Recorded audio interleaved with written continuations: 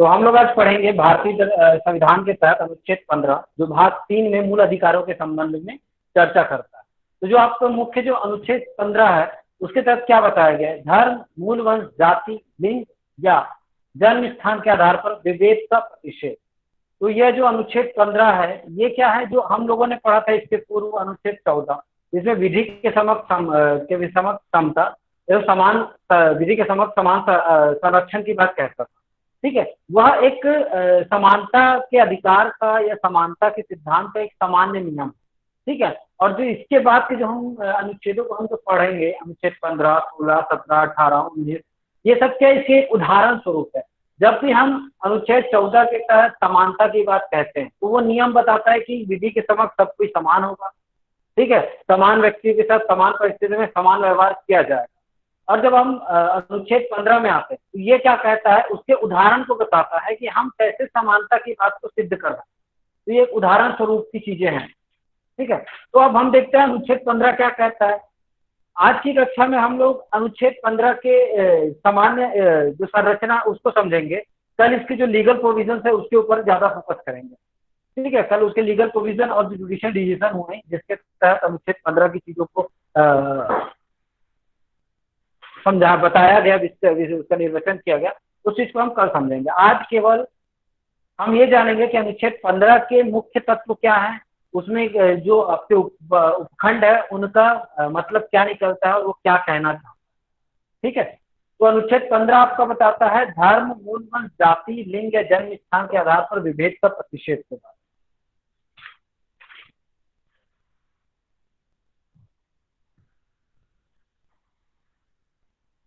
तो जो अनुच्छेद 15 अनुच्छेद 14 में जो विहित समता के अधिकार के सामान्य नियम का विशिष्ट उदाहरण है। जो विधि अनुच्छेद 15 के अंतर्गत अवैध है वो अनुच्छेद 14 के अंतर्गत युक्तियुक्त वर्गीकरण के सिद्धांत पर विधि मान्य नहीं घोषित किया जा सकता। अर्थात हमने जो अनुच्छेद 14 में पढ़ा था कि जब भी हम कोई भी विधि बनेगी तो उसमें जब हम समानता के अधिकार की बात करेंगे तो ये युक्तियुक्त वर्गीकरण के तहत देखा जाएगा। और युक्तियुक्त वर्गीकरण क्या होगा? जो बौद्ध गम्य अंतरक पर आधारित होगा और जिसका विधि के साथ तार्किक संबंध होगा। ठीक है, तो उसके तहत ये बात कहता है कि ऐसी विधि द्वारा किया गया वर्गीकरण की अयुक्तियुक्तता पर अनुच्छेद 14 के अंतर्गत तभी विचार किया जाएगा जब असमानता अनुच्छेद 15 में दिए गए किसी एक आधार पर आधारित। तो देखिए, जो अनुच्छेद 15 है, जो अनुच्छेद 14 है उसके संबंध में हमने जाना था कि ये समस्त व्यक्तियों को दिया जाता है जिसके तहत नागरिक और अनागरिक दोनों सम्मिलित होते हैं। परंतु आप जब अनुच्छेद 15 को ध्यान देंगे तो इसमें आपको नोट करने वाली महत्वपूर्ण बात यह है कि अनुच्छेद 15 केवल भारत के नागरिकों को प्रदान किया जाता है। और यह जो अनुच्छेद 15 है ये नागरिकों के धर्म, मूल वंश, जाति, लिंग या जन्म स्थान के आधार पर विभेद का प्रतिषेध करता है कि कोई भी व्यक्ति धर्म, मूल वंश, जाति, लिंग या जन्म स्थान के आधार पर विभेद नहीं कर सकता। इस चीज को क्या रोकने का प्रयास कर रहा है। ठीक है, तो जो आप देखते हैं कि जो अनुच्छेद 15 है वो केवल किसको मिला हुआ है? नागरिकों को दिया गया है और इसमें जो विदेशी को शामिल नहीं किया गया। जबकि जो हम अनुच्छेद 14 के संबंध में देखे थे उसमें क्या व्यक्ति और अनागरिक दोनों को सम्मिलित किया गया था।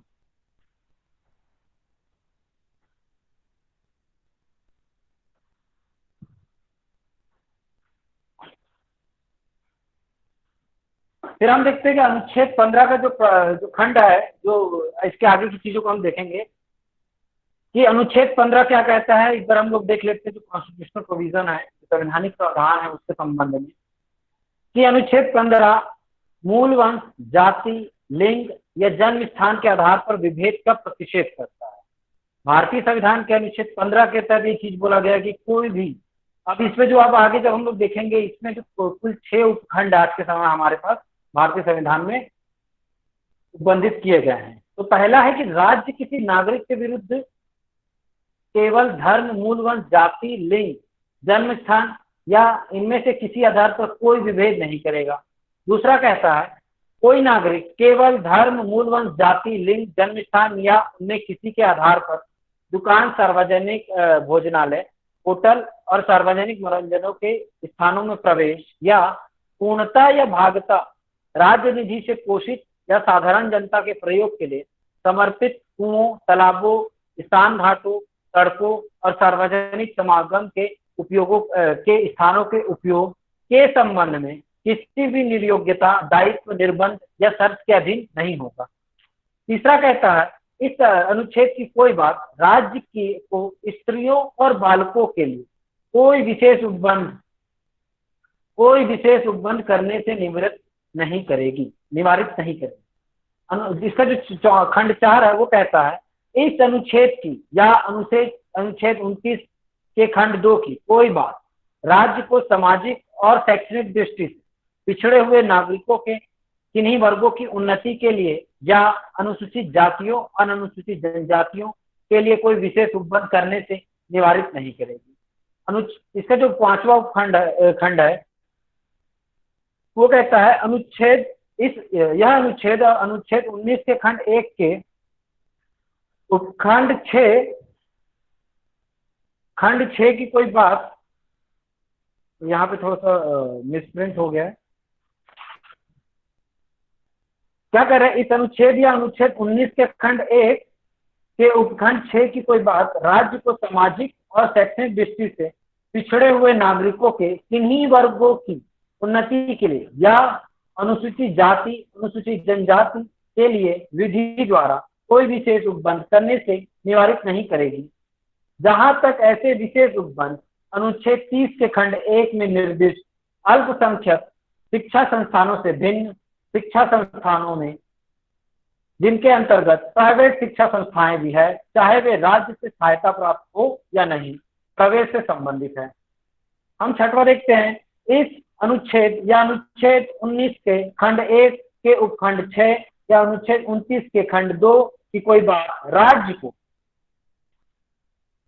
का खंड 4 और खंड 5 में उल्लेखित वर्गों से भिन्न नागरिकों के आर्थिक रूप से दुर्बल किन्हीं वर्गों की उन्नति के लिए कोई भी विशेष उपबंध करने से निवारित नहीं करेगी, और खंड 4 और खंड 5 में उल्लेखित वर्गों से भिन्न नागरिकों के आर्थिक रूप से दुर्बल किन्हीं वर्गों की उन्नति के लिए कोई भी विशेष उपबंध करने से वहां निवारित नहीं करेगी, जहां तक ऐसे उपबंध ऐसी शैक्षणिक संस्थाओं में जिनके अंतर्गत अनुच्छेद 30 के खंड 1 में निर्दिष्ट अल्पसंख्यक शैक्षणिक संस्थानों से भिन्न प्राइवेट शैक्षणिक संस्थाएं भी हैं, चाहे वे राज्य द्वारा सहायता प्राप्त पाने वाली है या सहायता ना पाने वाली है, प्रवेश से संबंधित है, जो आरक्षण की दशा में विद्यमान आरक्षण के अतिरिक्त तथा प्रत्येक प्रवर्ग में कुल स्थानों के अधिकतम 10% के अध्याधीन होगा।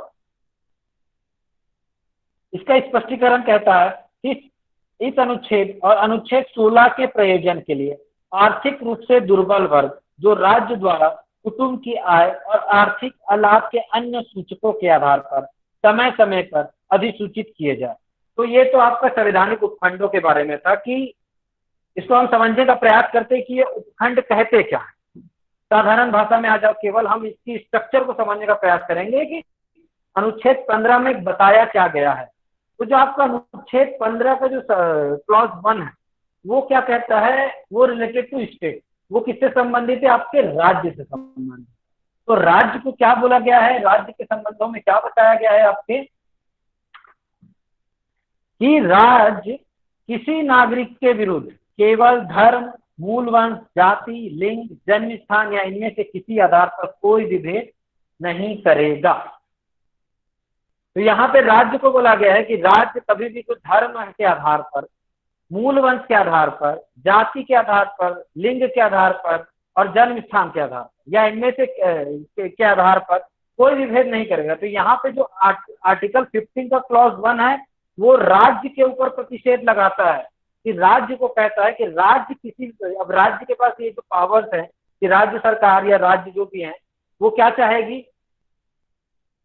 अब और यहाँ पे जो आपका रिलेटेड टू राज्य की जो बात कहा है, तो ये राज्य को आपको पद को समझने के लिए आपको कहाँ जाना पड़ेगा, अनुच्छेद 12 के तहत जो राज्य पद की सीमा दी गई है उसको, तो उसके तहत जो राज्य के अंतर्गत जो लोग आते हैं, आपके 4 वर्ग जो उसमें दिए गए हैं, ठीक है, उनके संबंध में ये बोला गया है कि वो लोगों को, तो राज्य के तहत क्या बोला गया है कि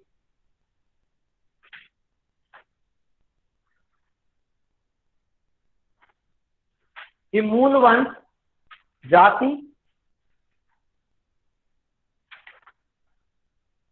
धर्म, लिंग और जन्म स्थान के आधार पर वो विभेद नहीं करेगा। तो वो ऐसा कोई लॉ नहीं बनाएगा जिससे इस प्रकार का कोई विभेद होता हो। फिर जो दूसरा आपका क्लॉज है वो किससे रिलेटेड, आपका सिटीजन कैन नॉट डिस्क्रिमिनेट। अब ये देखिए जो 15(1) है वो किससे संबंधित है, आपका राज्य को। राज्य को ये क्या करता है, रेस्ट्रिक्टेड करता है या प्रतिषेध लगाता है कि राज्य ऐसा लॉ नहीं बनाएगा।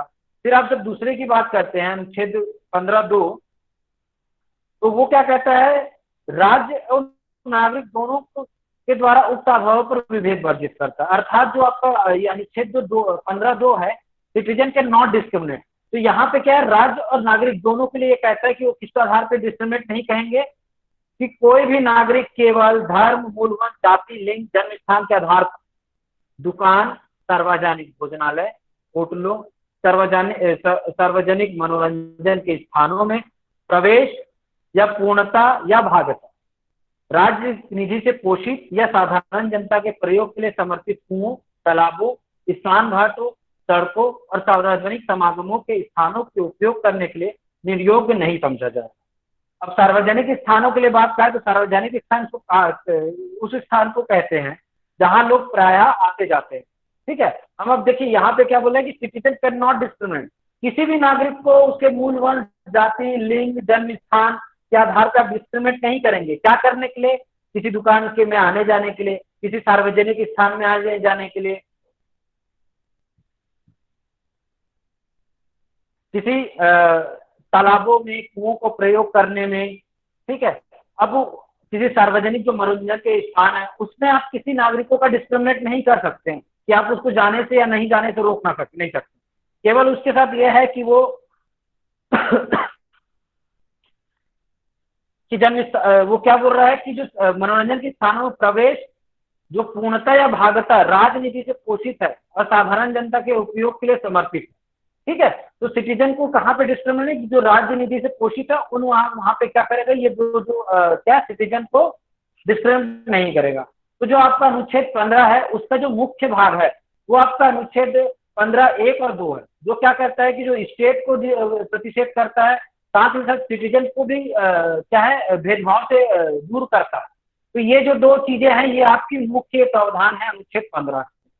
अब जो आपका बाकी का जो प्रावधान है 15(3), 15(4), 5 और 15(6), ठीक है, ये जो तीनों है, ये जो चारों है, ये आपके केवल अपवाद स्वरूप। यहाँ पे तो आपको ये दोनों क्या कह रहे हैं, डिस्क्रिमिनेट करने की बात नहीं करते। लेकिन जो ये आपके 15(3), 15(4), 15(5) और 15(6), इसके तहत क्या है, ये युक्तियुक्त वर्गीकरण को समझाता है। ये क्या है, एक असमान परिस्थिति को मतलब एक समानता का अधिकार को साबित करने के लिए, जो व्यक्ति असमान परिस्थिति में हुआ है तो उसके लिए एक समान परिस्थिति क्या आयोजित करने की या नियोजित करने की बात कहता है। तो आपका अब ये 15(3) जो है एक अपवाद स्वरूप है 15 का। ठीक है, तो आपका 15(3) क्या सेविंग क्लॉज है, जो किसके बारे में स्पेशल प्रोविजन देता है, वुमेन्स एंड चिल्ड्रन के। ठीक है, उनको प्रोटेक्ट करता है डिस्क्रिमिनेशन से। ठीक है, ये क्या चीज से प्रोटेक्ट करता है, इनका जो इनको किसी भी जो महिला है और जो बच्चे हैं उनको डिस्क्रिमिनेट करने से रोकने के लिए इस अनुच्छेद को बनाया गया। तो अनुच्छेद 15(3) जो है वो 15(1) और 15(2) में दिए गए सामान्य नियम का अपवाद है। यह अनुच्छेद उद्बंधित करता है कि अनुच्छेद 15 की कोई बात राज्य को स्त्री और बालकों के लिए कोई विशेष संबंध बनाने से नहीं रोकेगी। ठीक है, तो यहाँ पे ये क्या कहता है कि जो वुमेन और चिल्ड्रंस के लिए राज्य को नहीं रोकेगी, वुमेन्स और चिल्ड्रन के लिए राज्य को नहीं रोकेगी। तो क्या कर रही है, वो वुमेन्स और चिल्ड्रन को प्रोटेक्ट करने की बात कह रही है, उनको क्या है संरक्षण देने की बात कह रही है। अब ये क्यों किया जाता है कि देखिए, आप समाज में जो पुरानी प्राचीन अवस्था चली आ रही है जिसके हिसाब से क्या माना जाता है, अस्तित्व के संघर्ष में स्त्रियों की शारीरिक बनावट तथा उसके स्त्रीजन्य कार्य उन्हें दुखद स्थिति में कर देते हैं तथा उनकी शारीरिक कुशलता का संरक्षण जनहित का उद्देश्य हो जाता है, जिससे जाति, शक्ति और निपुणता को सुरक्षित रखा जाता है। तो ये बात क्या कहता है कि जो देखिए, जब भी हम पुरुष और स्त्री की बात करते हैं तो स्त्री की तो ऐसा माना जाता है, स्त्रियों के संबंध में यह है कि उनको उनकी स्थिति वो हमेशा से क्या है कमजोर रही है। इस वजह से क्या है कि आपका 15(3) के तहत उनको प्रोटेक्ट करने की बात या उनको संरक्षण देने की बात कही गई। तो यहाँ पे क्या है, वुमन और चिल्ड्रन के लिए, चिल्ड्रन को जो बच्चे बालकों होते हैं उनको भी क्या प्रोटेक्टिव उनको भी प्रोटेक्शन देने की बात कहता है। तो उसके तहत उनके लिए क्या लॉ, स्पेशल लॉज बनाने की बात कहता है 15। क्लियर है यहाँ तक? अब देखते हैं हम लोग 15/4 और 15/5 की बात करते हैं। तो 15/4 जो कहता है, ये भी क्या है, 15/4 जो है वो आपका 15/1, तो 15/1 जो स्टेट और 15/2 सिटीजन से रिलेटेड जो प्रोविजन दिए गए हैं उनका ही अपवाद है 15/4। इसमें क्या बोला गया, ये आपका जो है प्रथम संशोधन अधिनियम 1951 द्वारा जोड़ा गया था।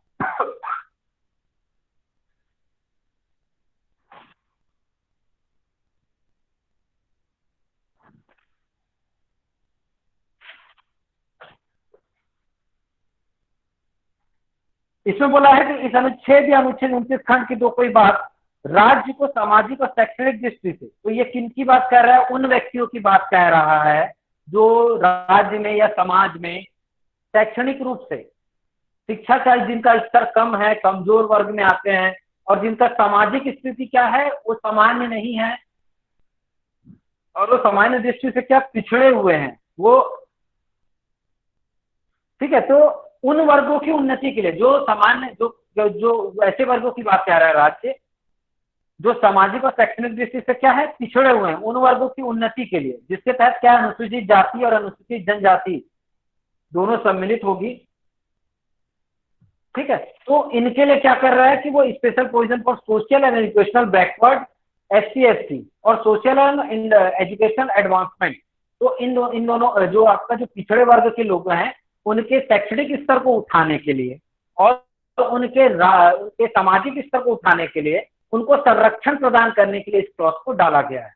जो आपका 15/5 है वो उनके सोशल और एजुकेशनल एडवांसमेंट के लिए बात कहता है कि उनके जो हम आरक्षण की बात करते हैं वो 15/5 और 15/4 के तहत ही हम गिनते हैं उसको, जिसके तहत जो भी OBC है, SC/ST है, ठीक है, इनको सामाजिक और इनका आर्थिक इनका सामाजिक और इनका शैक्षणिक स्तर को उठाने के लिए राज्य क्या कर सकती है, कुछ विशेष उपबंध बना सकती है, ठीक। फिर हम देखते हैं 15/6 के संबंध में। तो 15/6 क्या कहता है आपका, इस अनुच्छेद या अनुच्छेद 19 के खंड 1 के उपखंड 6 या अनुच्छेद 29 के खंड 2 की कोई बात हो राज्य, तो इसमें जो 4 और 5 जो सोशल बैकवर्ड क्लास और SC/ST को छोड़कर अन्य जो वर्ग जो बच गए, जो क्या है, economical weaker section of citizen other than article 54 and 5, जो भी बैकवर्ड है SC/ST और OBC को छोड़कर, ठीक है, उन वर्गों की बात कह रहा है जो इकोनॉमिकल वीकर सेक्शन है, ठीक है, जो आर्थिक रूप से दुर्बल पक्ष है, उनके लिए क्या कहा है, एक नया क्लॉज डाला गया आपका संविधान के 103वें संशोधन अधिनियम 2019 की धारा 2 के द्वारा, और ये कब से एक के द्वारा अंतर स्थापित किया गया और ये प्रभावी कब हुआ, 14 जनवरी 2019। तो ये अभी मतलब ये रिसेंट जो अमेंडमेंट है 103वां, उसके तहत इसको डाला गया था, जिसको बोला जाता है, सामान्य भाषा में समझ सकते हैं, EWS बोला जाता है, जो सामान्य वर्गों के इकोनॉमिकल वीकर सेक्शन जो सामान्य वर्ग के जो इकोनॉमिकल वीकर कुटुंब होते हैं या परिवार होते हैं, उनके लिए 10% की आरक्षण की बात कहता है, ठीक है। तो जो आपका अब हम समझते हैं कि अनुच्छेद 15 की चीजें आपको समझ आई होगी, स्ट्रक्चर थोड़ा बहुत, कि अनुच्छेद 15(1) किससे रिलेटेड है, स्टेट को ये प्रतिषेध लगाता है कि वह मूल धर्म, जाति, लिंग, जन्म स्थान के आधार पर कोई भी भेदभाव नहीं करेगा। साथ ही साथ जो दूसरा कहता है कि कोई स्टेट और सिटीजन दोनों, नागरिक और क्या बोलते हैं आपका राज्य, दोनों डिस्क्रिमिनेट नहीं कर सकते, किन चीजों के, सार्वजनिक स्थानों के उपयोगों के लिए। अब उनमें जो भी सम्मिलित है, जिसमें सार्वजनिक पार्क, सार्वजनिक मनोरंजन के स्थान, सार्वजनिक तालाब, सार्वजनिक कुएं और भी अन्य वो स्थान जो सार्वजनिक कहलाते हैं, सार्वजनिक स्थान वो जिसमें कोई भी सामान्य व्यक्ति आसानी से आना जाना कर सकता है।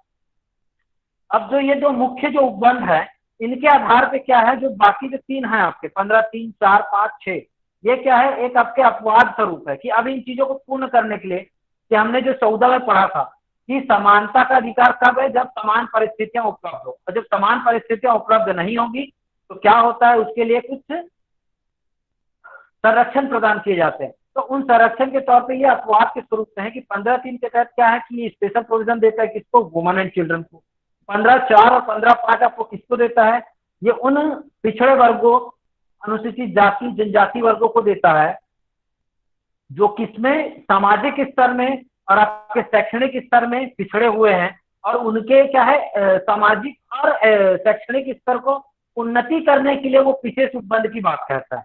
जिसके तहत जब अभी नया एक क्लॉज ऐड हुआ है कि 15(5) के तहत कि जो भी जो आपके सोशली बैकवर्ड और एजुकेशनली बैकवर्ड क्लास हैं, उनको क्या है कि प्राइवेट जो संस्थान है, चाहे वो राज्य द्वारा पूर्णतः या भागतः पोषित हो या ना हो, तो उनमें भी उनको क्या है रिजर्वेशन की ये बात कह देता है। फिर जो आपका 15(6) है, ये जो 15(4) और 15(5) इनमें जो लोग शामिल नहीं हुए, जो SC ST और OBC में जो शामिल नहीं है और जो सामान्य वर्ग के तहत है, तो उनके लिए क्या EWS कोटा के तहत नया एक ऐड किया गया, जिसके तहत 10% आरक्षण की ये व्यवस्था करता है। तो आपका अनुच्छेद 15 की ये सामान्य परिस्थितियां हैं जो आपको शायद समझ आ गई सर।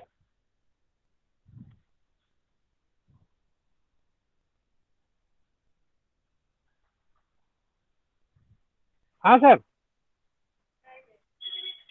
आगे हेलो। बढ़े कि इतना ही रहेंगे?